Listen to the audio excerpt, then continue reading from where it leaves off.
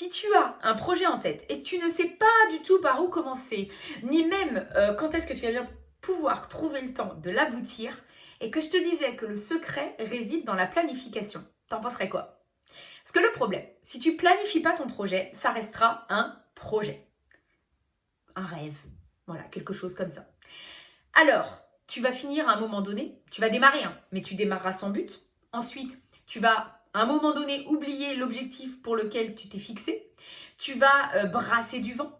Et en fait, à un moment donné, tu vas te retrouver sans vraiment avancer. Le temps va passer et tu vas te dire que les mois, les semaines se sont écoulés et tu n'as pas concrètement avancé sur ton projet. Alors que si moi, je te propose aujourd'hui de mettre noir sur blanc ton projet pour le rendre concret. De faire sortir de ta tête cette idée de projet, le rendre concret et réussir à l'aboutir. C'est la planification. Et la planification, ça va te permettre quoi? Ça va te permettre de surmonter la procrastination. Ça va te permettre d'améliorer ton rendement. Et ça va aussi te permettre de libérer, stimuler ton énergie puisque tu vas prendre un temps pour réfléchir à la meilleure façon d'aboutir à ton projet. Donc aujourd'hui, je vais te donner un exemple. Comment faire en fait clairement pour faire que ton projet, qui est un projet, se rende concret grâce à la planification. On voit ça ensemble. C'est facile. 4 temps pour réussir à faire ça. Tu vas voir, ça c'est ultra facile mais il faut prendre le temps de le faire. Donc déjà, la plus longue étape, tu vas dresser la liste de tout ce que tu as à faire pour réaliser ton projet. Toutes les étapes, n'hésite pas à détailler le plus possible si tu as besoin. Plus tu détailles, plus ça sera concret. Donc, c'est beaucoup mieux. Parce que, par exemple, on peut avoir comme exemple, il faut que je réalise mon site internet. Ok, très bien. C'est une étape par rapport à ton projet.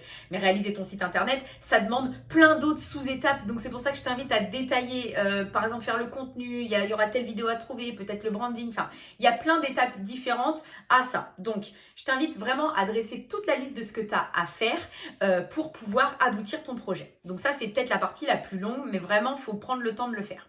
Ensuite, deuxièmement, tu vas les mettre dans l'ordre de priorité. Alors, l'ordre de priorité, ça paraît logique, parce qu'il y a des choses à faire avant d'autres et tout ça. Je t'invite à voir les vidéos que j'ai faites sur le rétro-planning qui peuvent vraiment t'aider justement à mettre en image ce projet.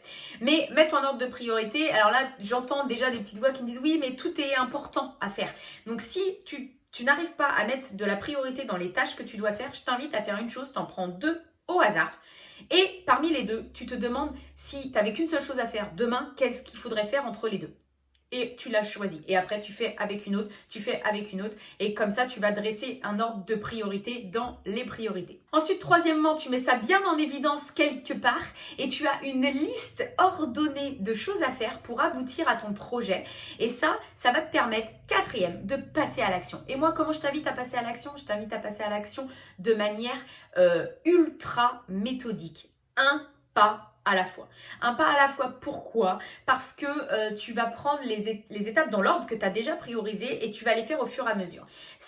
Cette technique-là va beaucoup t'aider si tu as un projet avec une multitude d'étapes à faire et plein de petites choses à faire, puisque tu barres au fur et à mesure et tu sais que tu as les choses à faire dans l'ordre. Ça va aussi grandement t'aider si tu es par exemple en reconversion professionnelle ou que tu as une activité à côté et que au final ton projet, tu peux pas le faire tous les jours ou toute la journée et que ça devient encore plus important d'être organisé. Ça te permet d'avoir ta liste de tâches pour ton projet à faire, qui est ton projet prioritaire.